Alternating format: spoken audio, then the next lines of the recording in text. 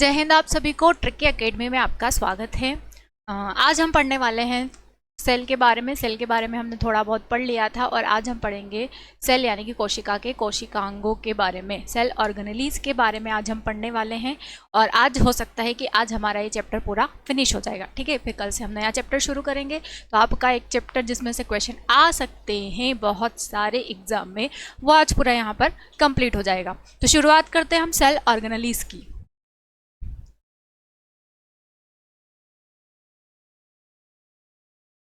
Cell organelles, ठीक है, जिन्हें हम कहते हैं कोशिकांग। कोशिकांग अर्थात जितने भी कोशिका के अंग होते हैं, कोशिका के अंदर जितने भी अंग पाए जाते हैं, उसी को क्या कहा जाता है? कोशिकांग कहा जाता है, ठीक है। कितने प्रकार के होते हैं? बहुत सारे प्रकार के होते हैं, क्योंकि पादप और जंतु दोनों को मिलाकर कई प्रकार के ये हो सकते हैं। इसीलिए हम सारे बारी बारी से यहाँ पर पढ़ने वाले हैं। सबसे पहले जो कोशिकांग है हमारा, वो है, उसका नाम है सेल वॉल। सबसे पहला कोशिकांग क्या है? सेल वॉल है।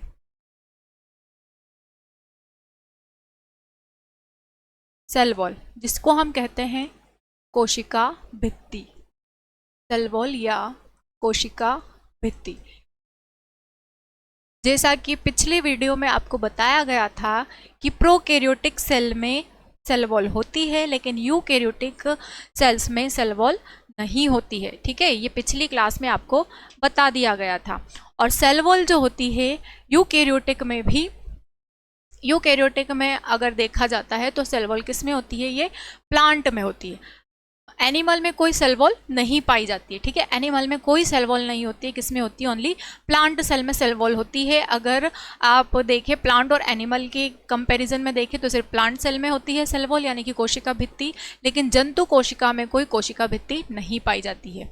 और अगर प्रोकैरियोटिक और यूकैरियोटिक के हिसाब से देखा जाता है तो प्रोकैरियोटिक में होती है, क्योंकि जो बैक्टीरिया होते हैं यानी कि जीवाणु जो होते हैं वो क्या होते हैं? प्रोकैरियोटिक होते हैं, इसीलिए उसमें कोशिका भित्ति पाई जाती है, सेल वॉल पाया जाता है। लेकिन यूकैरियोटिक में सिर्फ प्लांट में ही पाई जाती है, प्लांट सेल में ही क्या होता है? सेल वॉल होता है। चलिए इसके बारे में हम लिख लेते हैं कि इसकी खोज किसने की थी, किसने इसको डिस्कवर किया था। तो सेल वॉल को फर्स्टली डिस्कवर्ड किया गया था, या सबसे पहले इसकी खोज किसने की थी? रॉबर्ट हुक ने की थी। सबसे पहले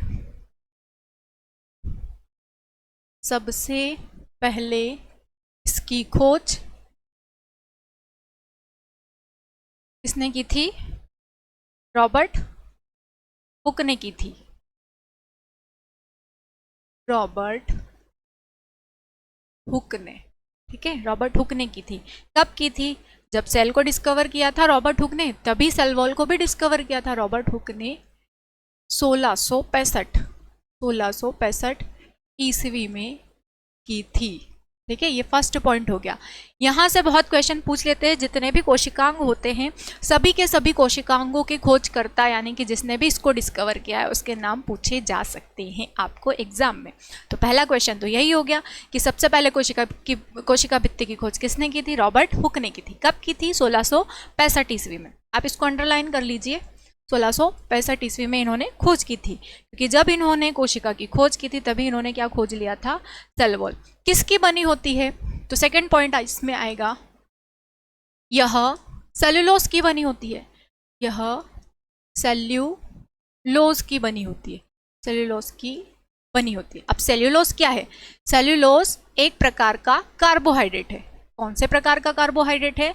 तो सेल्यूलोज एक पॉलीसेकेराइड कार्बोहाइड्रेट है, ठीक है। ये एक कार्बोहाइड्रेट है। और कौन से प्रकार का कार्बोहाइड्रेट है? सेल्यूलोज क्या है? एक कार्बोहाइड्रेट। और कौन से प्रकार का कार्बोहाइड्रेट है ये है पॉलीसेकेराइड। पॉलीसेकेराइड का मतलब है कि जिसमें सेकेराइड की बहुत सारी इकाइयां हो, उसी को कहा जाता है पॉलीसेकेराइड, ठीक है। आपसे पूछ सकते हैं कि सेल वॉल किसकी बनी होती है, कोशिका भित्ति किसकी बनी होती है, तो आप क्या बताएंगे?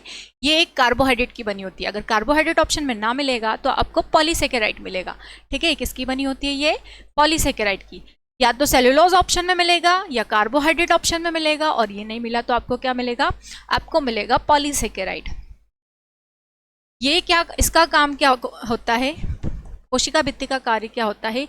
ये कोशिका को पूरा आकार प्रदान करता है। ठीक है, कोशिका को सही आकृति देने का कार्य किसका होता है? कोशिका भित्ति को। तो आप यहाँ पर लिख लेना, कोशिका को सही आकार, कोशिका को सही आकार देने का कार्य, आकार देने और सुरक्षा, इसकी सुरक्षा भी कौन करता है? प्रोटेक्शन का वर्क भी कौन करता है? सुरक्षा करने का कार्य कोशिका भित्ति का होता है।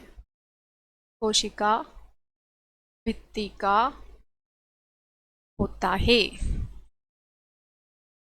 ठीक है, ये कोशिका को सही आकार प्रदान करती है। कोशिका भित्ति क्या करती है? सही आकार प्रदान करती है। साथ में ये क्या करता है? ये कोशिका भित्ति क्या करती है? पादपों की भी सुरक्षा करती है, साथ में जो जीवाणु है उसकी भी सुरक्षा करती है। ठीक है, सुरक्षा करने का कार्य भी किसका होता है? कोशिका भित्ति का बना होता है। अब जो जीवाणु होते हैं, ज़्यादातर जीवाणुओं में ही कोशिका भित्ति पाई जाती है। तो जीवाणुओं में कोशिका भित्ति बनी होती है पेप्टिडोग्लाइकेन की। तो आप यहाँ पर लिख लीजिएगा कि जीवाणु में कोशिका भित्ति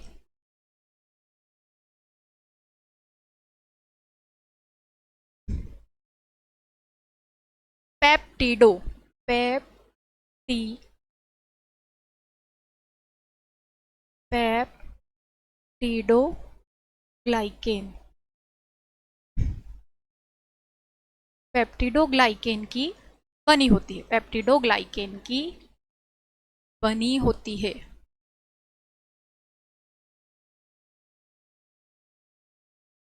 मोस्ट इंपॉर्टेंट क्वेश्चन है, एग्जाम में बहुत पूछा जाता है ये, कि जीवाणु में कोशिका भित्ति किसकी बनी होती है? पेप्टिडोग्लाइकेन की बनी होती है। किसकी बनी होती है?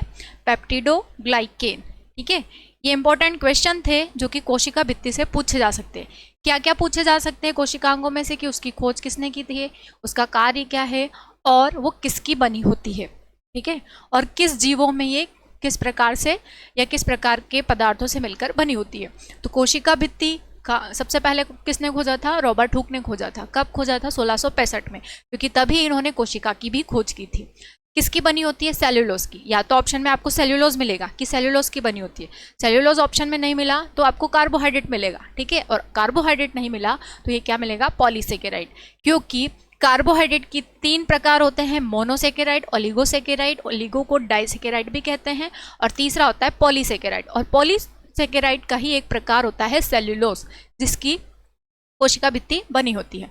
कोशिका भित्ति का कार्य क्या होता है? कोशिका को सही आकार प्रदान करना, साथ में कोशिका की सुरक्षा करना। ये किसका कार्य होता है?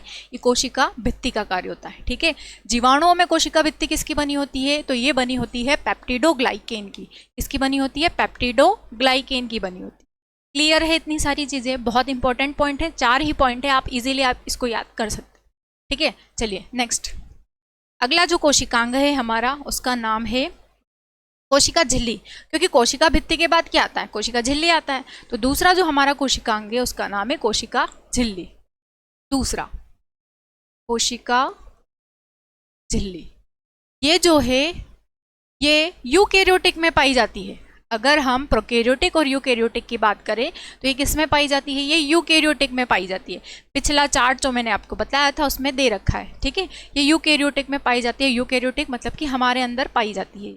ठीक है, तो ये आप नोट कर लीजिए, ये कहाँ पाई जाती है? ये यूकेरियोटिक में पाई जाती है। अब कोशिका झिल्ली, इसकी खोज किसने की थी? तो सबसे पहले लिखना चाहे तो आप लिख लीजिए फर्स्ट पॉइंट कि यह यूकेरियोटिक जीव में पाई जाती है। ठीक है, नेक्स्ट इसकी खोज किसने की थी? इसकी खोज की थी किसने? श्वान ने।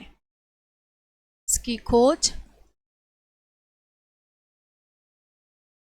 1838 ईस्वी में श्वान ने की थी।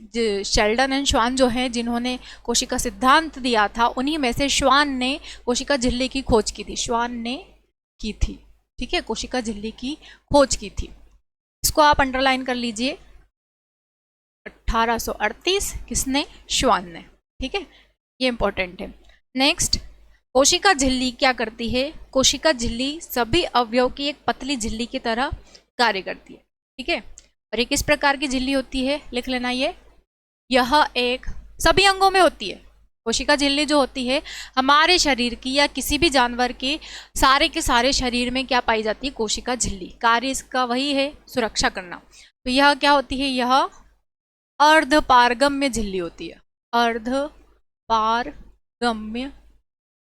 झिल्ली होती है ना, अर्धपारगम्य झिल्ली की तरह होती है। अर्धपारगम्य, पारगम्य ऐसा जिसको आप आर पार देख सकते हो। अर्धपारगम्य मतलब थोड़ा बहुत आर पार आप इसको देख सकते हो, उसे क्या कहा जाता है? अर्धपारगम। पारगम्य मतलब आप पूरा एज इट इज क्लियर देख सकते हो, इधर का भी और उधर का भी। लेकिन ये क्या होती है? थोड़ी मटमैली टाइप की होती है, तो हल्का हल्का आप धुंधला सा देख सकते हो, इसीलिए इसको क्या कहा गया है? अर्धपारगम्य झिल्ली कहा गया है। तो ये कैसी झिल्ली होती है? अर्धपारगम्य। सेमी परमिएबल मेम्ब्रेन होती है, ठीक है। झिल्ली को क्या कहा जाता है? Cell membrane. कोशिका झिल्ली यानी कि सेल मेम्ब्रेन।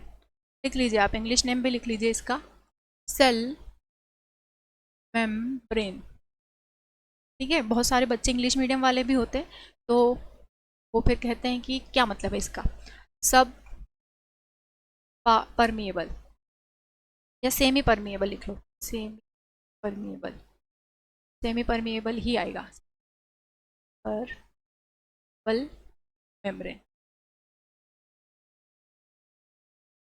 ठीक है। सेमी परमिएबल मेम्ब्रेन होती है, अर्धपारगम्य झिल्ली होती है ये। इसका कार्य क्या होता है? कोशिका के अंदर पाए जाने वाले अंगों की सुरक्षा करना। लिखना ना, यह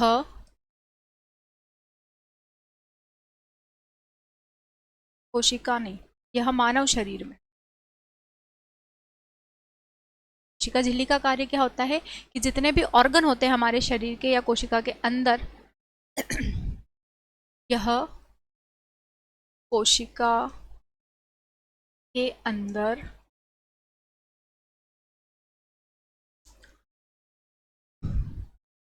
पदार्थों का, अन्य पदार्थों का निर्धारण करती है।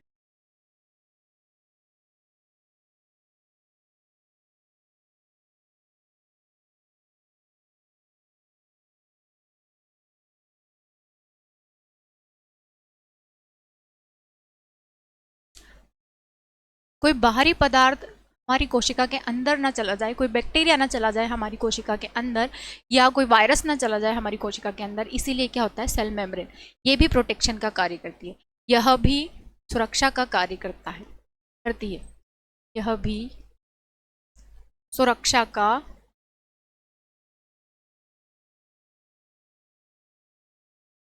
कार्य करती है। मैं पूरी कोशिश करूंगी कि आज सारे के सारे कोशिकांग कंप्लीट हो जाए। वैसे थोड़े ज़्यादा पॉइंट है इसमें, तो जितने हो सकेंगे मैं आज करवा दूंगी आपको, वरना जो भी क्लास रहेगी उसमें फिर ये पूरा कंप्लीट हो जाएगा, ठीक है। किसकी बनी होती है? तो ये लिपिड और फॉस्फोग्लिसरॉल इसकी बनी होती है। यह लिपिड, लिपिड यानी कि क्या? वसा, लिपिड या वसा प्लस फास्फोग्लिसरॉल की बनी होती है। फास्फोग्लिसरॉल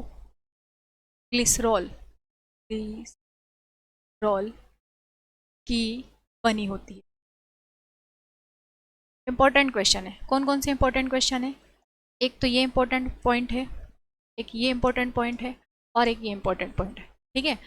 खोज भी इंपॉर्टेंट है कि किसकी या किस अंग की, किस कोशिकांग की खोज किसने की है, ये अक्सर पूछा जाता है। तो ये कोशिका झिल्ली है। इसमें ये भी पता लगा है कि कोशिका झिल्ली में कुछ प्रोटीन और कुछ कार्बोहाइड्रेट भी पाई जाते हैं, ठीक है। कोशिका झिल्ली में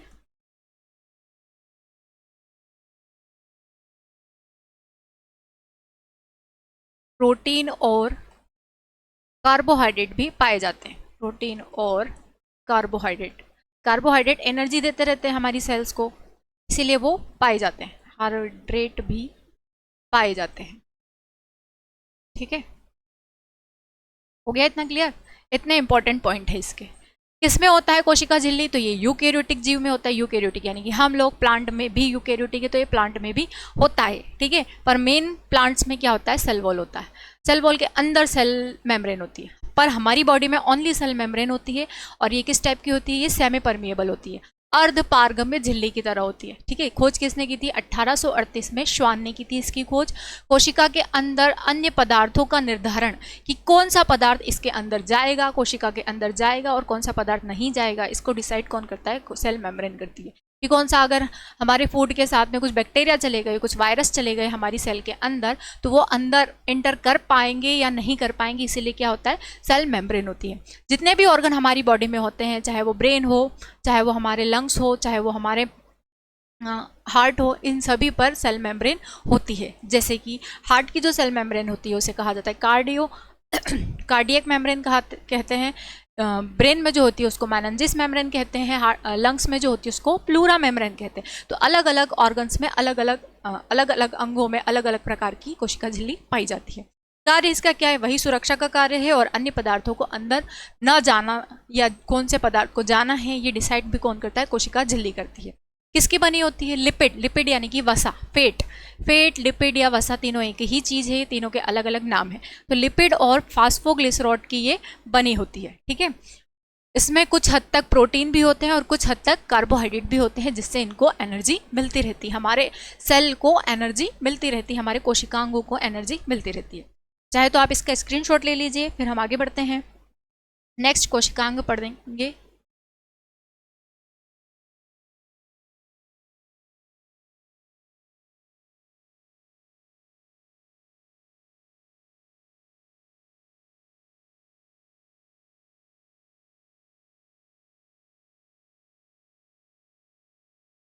ठीक है, क्लियर हो गया है। चलिए अब आगे बढ़ते हैं हम। नेक्स्ट है आपका सेंट्रोसोम। थर्ड कोशिकांग है आपका सेंट्रोसोम। सेंट्रोसोम को तारक काय कहते हैं, तारक काय। इसकी खोज किसने की थी, इसकी खोज की थी बॉबेरी ने। इसकी खोज बॉबेरी ने की थी, बॉबेरी ने थी। इसकी खोज किसने की थी, बॉबेरी नाम के एक साइंटिस्ट ने की थी। ठीक है, बॉबेरी नाम के एक साइंटिस्ट ने की थी इसकी खोज। और ये किस में पाया जाता है, तो ये मोस्टली किस में पाया जाता है, यह जंतु कोशिका में पाया जाता है।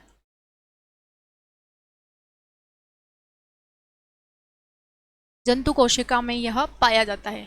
किसमें सहायक होता है ये, तो ये समसूत्री विभाजन में ये सहायक होता है। ठीक है, यह समसूत्री विभाजन में सहायक होता है। समसूत्री विभाजन आप जानते होंगे।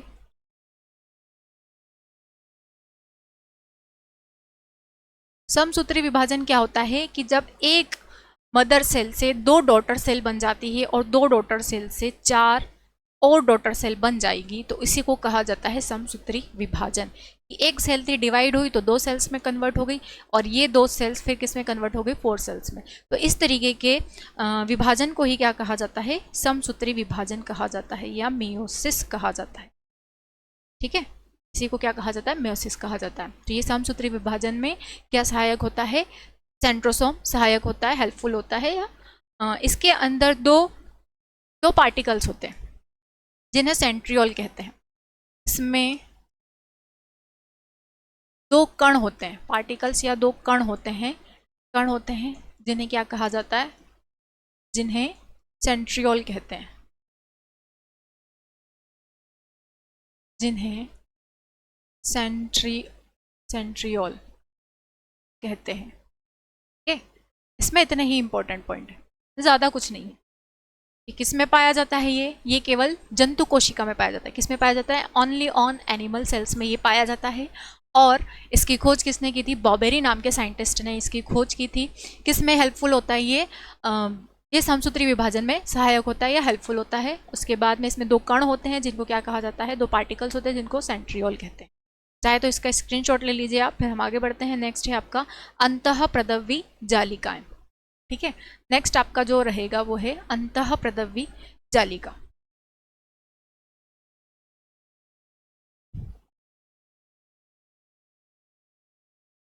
फोर्थ नंबर पे आएगा आपका अंतः प्रदव्वी जालिका। अंतः प्रदव्वी जालिका को इंग्लिश में कहा जाता है एंडोप्लाज्मिक रेक्टिकुलम। Endoplasmic reticulum. सबसे पहले खोज, अंतः प्रदव्वी जालिका जो है ये यूकैरियोटिक कोशिकाओं में पाई जाती है और इसकी खोज की थी पॉटर। किस में होता है ये? यह यूकैरियोटिक कोशिका में पाया जाता है, यानी कि हम लोग प्लांट्स में भी होता है, ये यूकैरियोटिक कोशिका में पाया जाता है। ठीक है, खोज किसने की थी? Who discovered by endoplasmic reticulum? Potter and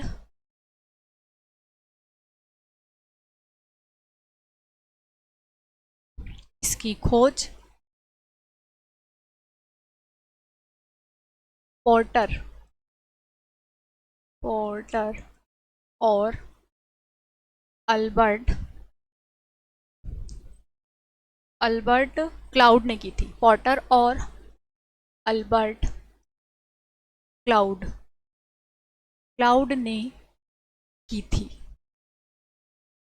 ठीक है, किसने डिस्कवर किया था इसको? पॉटर और अल्बर्ट क्लाउड ने इसको डिस्कवर किया था। अंतः प्रदव्वी जालिका जो होती है ये कितने प्रकार की होती है? तो ये 2 प्रकार की होती है। यह 2 प्रकार की होती है।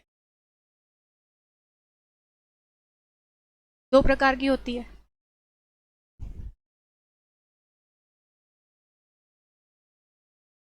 पहली जो है, पहली का नाम है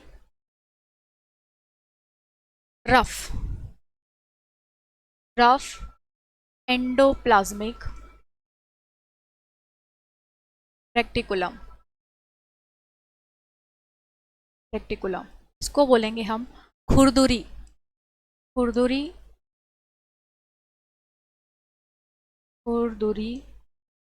अंतः प्रदव्वी जालिका। दूसरी जो होती है वो होती है स्मूथ एंडोप्लाज्मिक रेक्टिकुलम। इसको हम कहेंगे चिकनी अंतः प्रदव्वी जालिका। ठीक है, ये 2 प्रकार की अंतः प्रदव्वी जालिका होती है।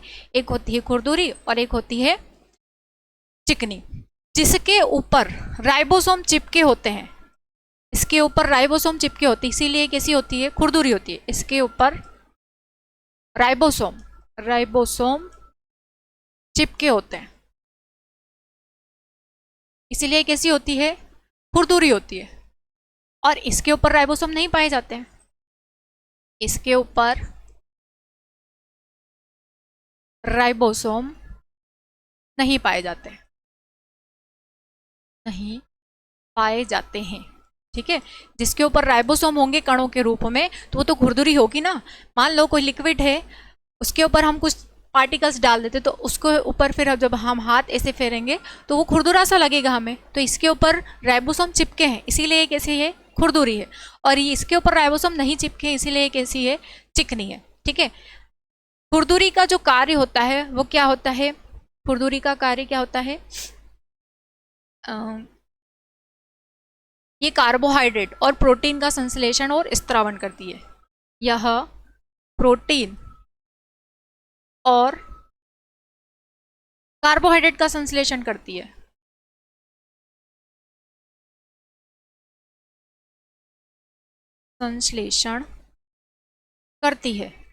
ठीक है, और यहां पर ये चिकनी है तो किसका संश्लेषण करेगी?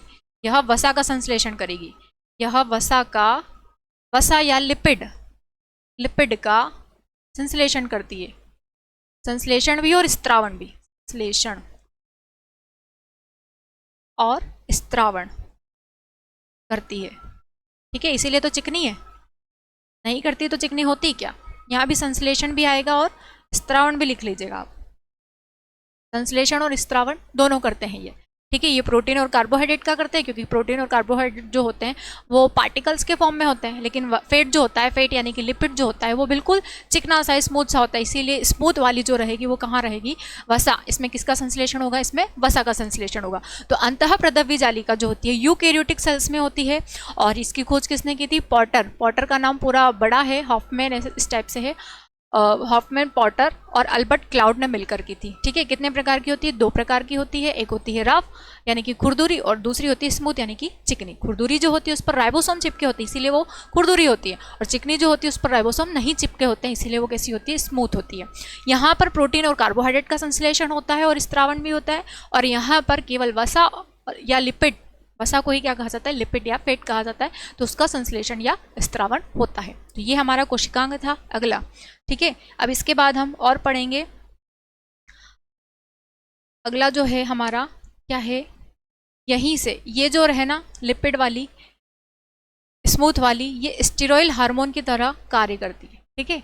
स्टेरॉयल हार्मोन जो होता है वो स्मूथ से ही सीक्रेट होता रहता है, स्मूथ एंडोप्लाज्मिक रेक्टिकुलम से ही सीक्रेट होता रहता है। फिर वो इतना डिटेल में नहीं पूछते आपसे, केवल इतना ही पूछेंगे।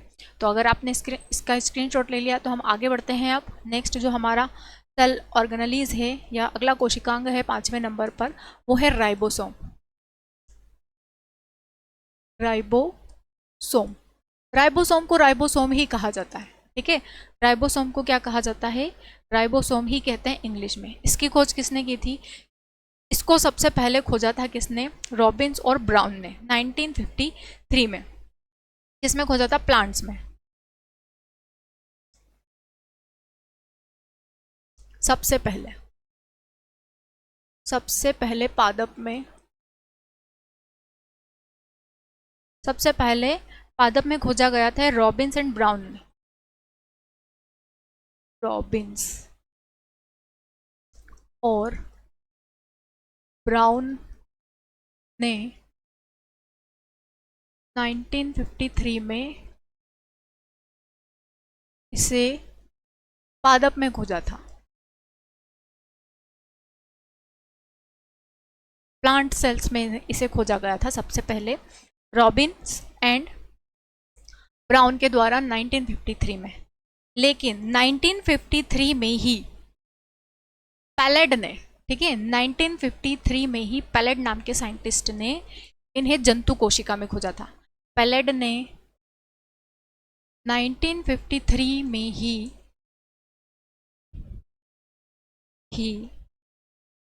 इसे जंतु कोशिका में खोजा था। जंतु कोशिका में खोजा था। ठीक है। किसने खोजा था, पैलेड ने खोजा था। और प्लांट्स में किसने खोजा था, रॉबिन्स एंड ब्राउन ने।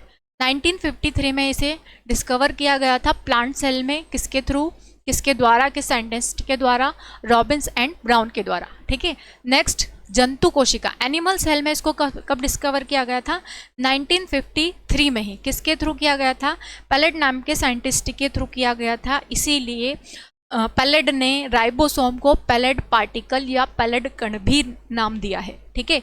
इसीलिए पैलेड ने इसकी खोज की थी, इसीलिए पैलेड ने राइबोसोम को पैलेड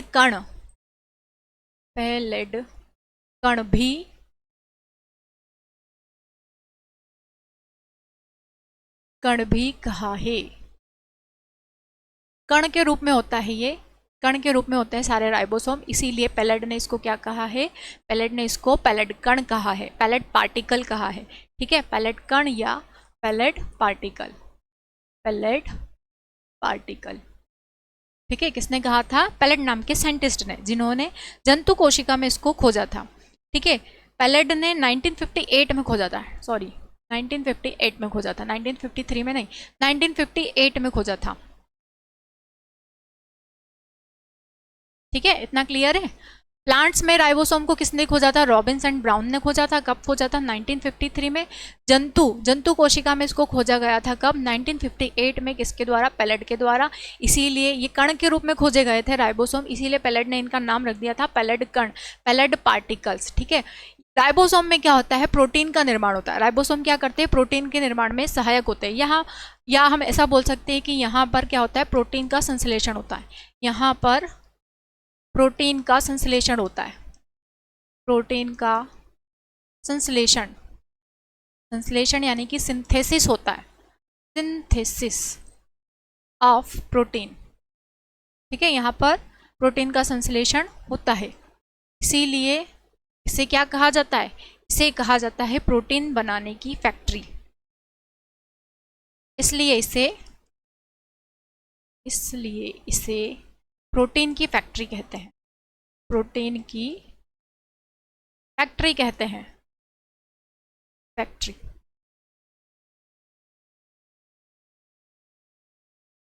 फैक्ट्री कहते हैं। ठीक है, एग्जाम के लिए मोस्ट इंपॉर्टेंट पॉइंट है ये कि प्रोटीन बनाने की फैक्ट्री किसे कहा जाता है, ये इंपॉर्टेंट पॉइंट है। दूसरा क्वेश्चन ये पूछा जाता है कि कोशिका के किस अंग में प्रोटीन का संश्लेषण होता है। ठीक है, ये भी एग्जाम में बहुत बार पूछा गया कि कोशिका के किस अंग में प्रोटीन का संश्लेषण होता है, कहाँ होता है, राइबोसोम में होता है। राइबोसोम की खोज किसने की थी, पैलेड ने की थी, किसमें, जंतु कोशिका में। ये नहीं पूछा जाएगा, ये मतलब कि पादप जंतु का आपको नहीं दिया जाएगा, मोस्टली पैलेट का ही पूछा जाता है कि पैलेट, ऐसा पूछेंगे कोशिका में राइबोसोम की खोज किसने की थी, तो ये पैलेट ने की थी। या पैलेट कण किसे कहा जाता है, तो किसको कहा जाता है, राइबोसोम को कहा जाता है, क्योंकि राइबोसोम जो होते हैं कण के रूप में होते हैं, पार्टिकल्स के फॉर्म में होते हैं, इसी और पैलेट ने इसकी खोज की थी, इसीलिए इसको कहा जाता है पैलेट कण। ठीक है, प्रोटीन का सिंथेसिस होता है, प्रोटीन यहीं पर बनता है, इसीलिए इसको क्या कहा जाता है, प्रोटीन की फैक्ट्री कहा जाता है। ठीक है, राइबोसोम जो होते हैं ये दो प्रकार के होते हैं, पिछली क्लास में हमने बताया था। कुछ जो होते हैं वो 70S होते हैं, कुछ जो होते हैं वो 80 होते हैं। प्रोकैरियोटिक सेल में ये 70S होते हैं और यूकैरियोटिक सेल्स में ये किस टाइप के होते हैं, 80S होता है। और इसमें S क्या होता है, इसमें S जो है श्वेडवर्गस इकाई है, श्वेडवर्गस यूनिट कहा जाता है। ठीक है, नेक्स्ट पॉइंट आप नोट कर लीजिएगा इसका, ये दो प्रकार के होते हैं, पिछली क्लास में मैंने बता दिया है आपको, ये दो प्रकार के होते हैं।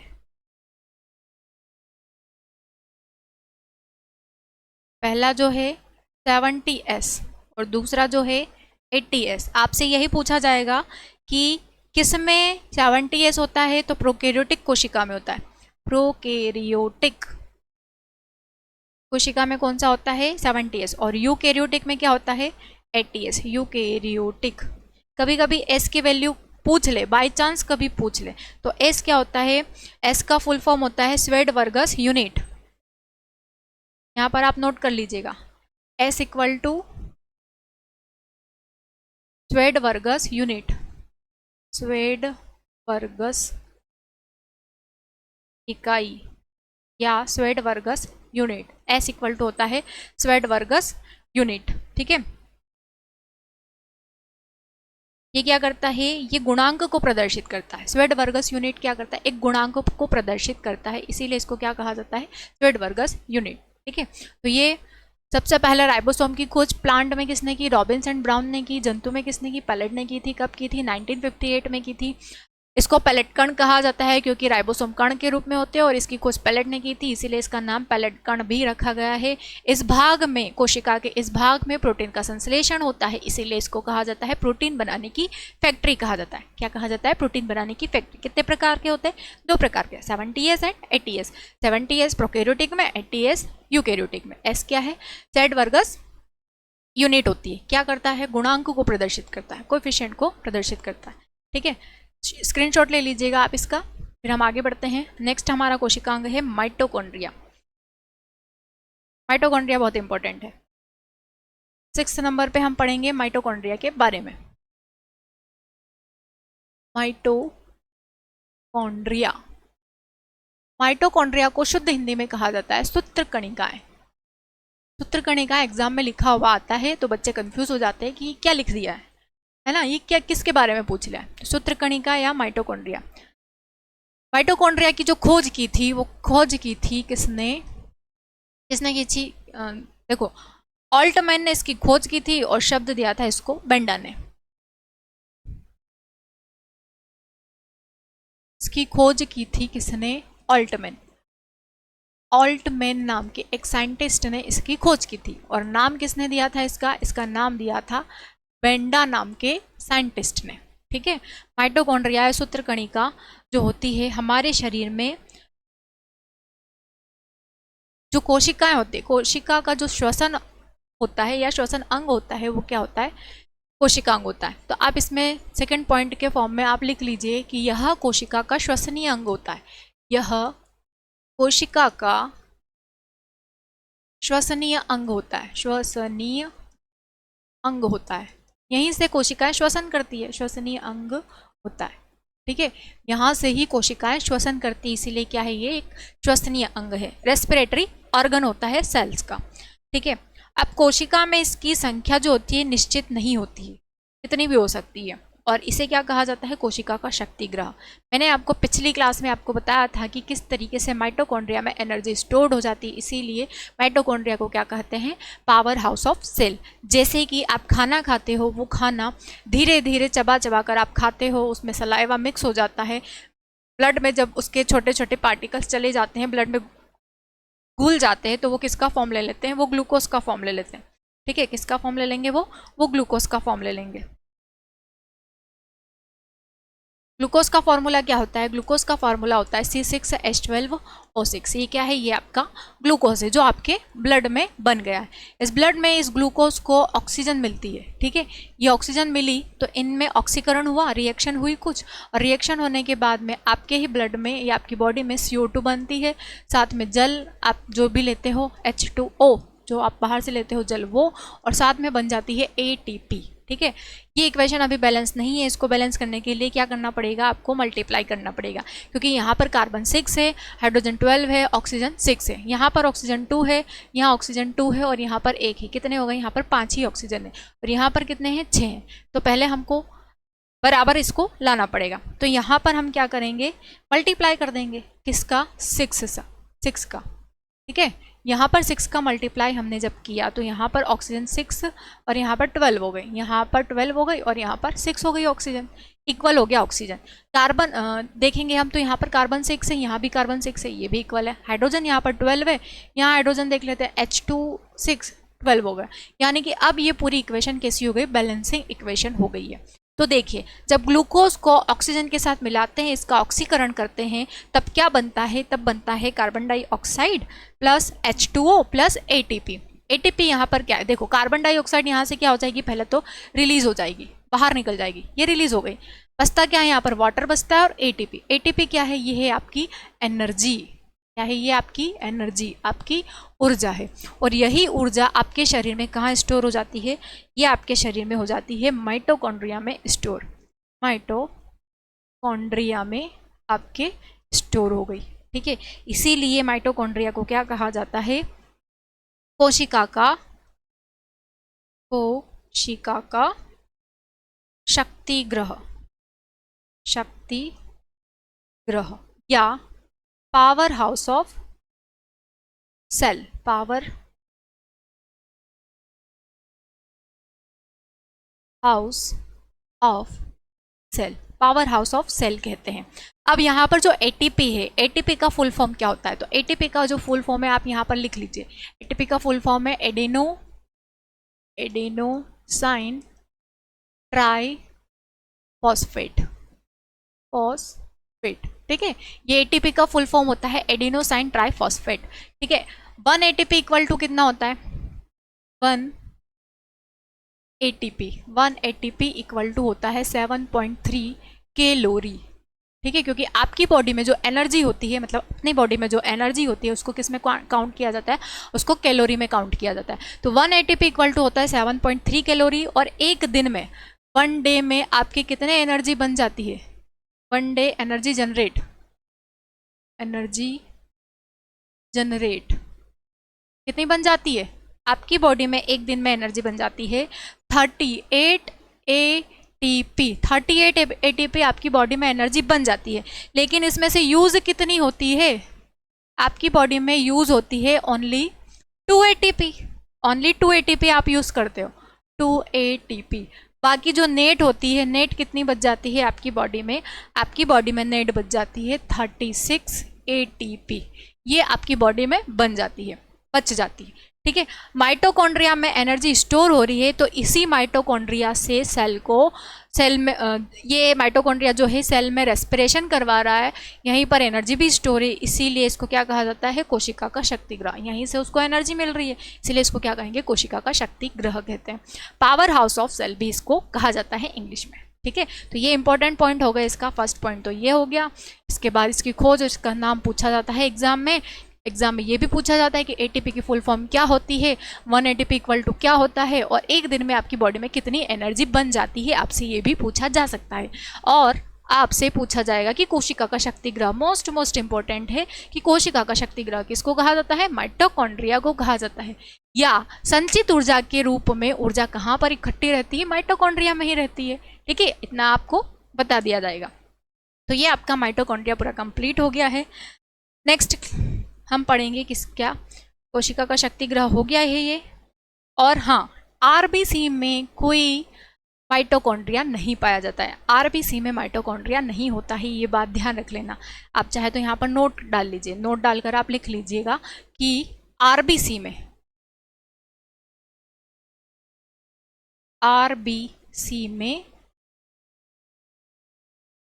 माइटोकॉन्ड्रिया नहीं पाया जाता है, माइटोकॉन्ड्रिया नहीं पाया जाता। RBC में कोई माइटोकॉन्ड्रिया नहीं पाया जाता है, ठीक है, कोई माइटोकॉन्ड्रिया नहीं पाया जाता है। माइटोकॉन्ड्रिया जो है ये प्लांट सेल में भी नहीं होता है, ये किस में होता है, ओनली ये होता है एनिमल सेल्स में, ठीक है। माइटोकॉन्ड्रिया प्लांट सेल में भी नहीं होता है। पिछली स्लाइड में मैंने बताया था आपको, जो डिफरेंस बताया था उसमें मैंने आपको बताया था कि माइटोकॉन्ड्रिया प्रोकैरियोटिक में नहीं होता है, किस में होता है, यूकैरियोटिक में होता है, ठीक है। इतनी चीज़ें क्लियर है।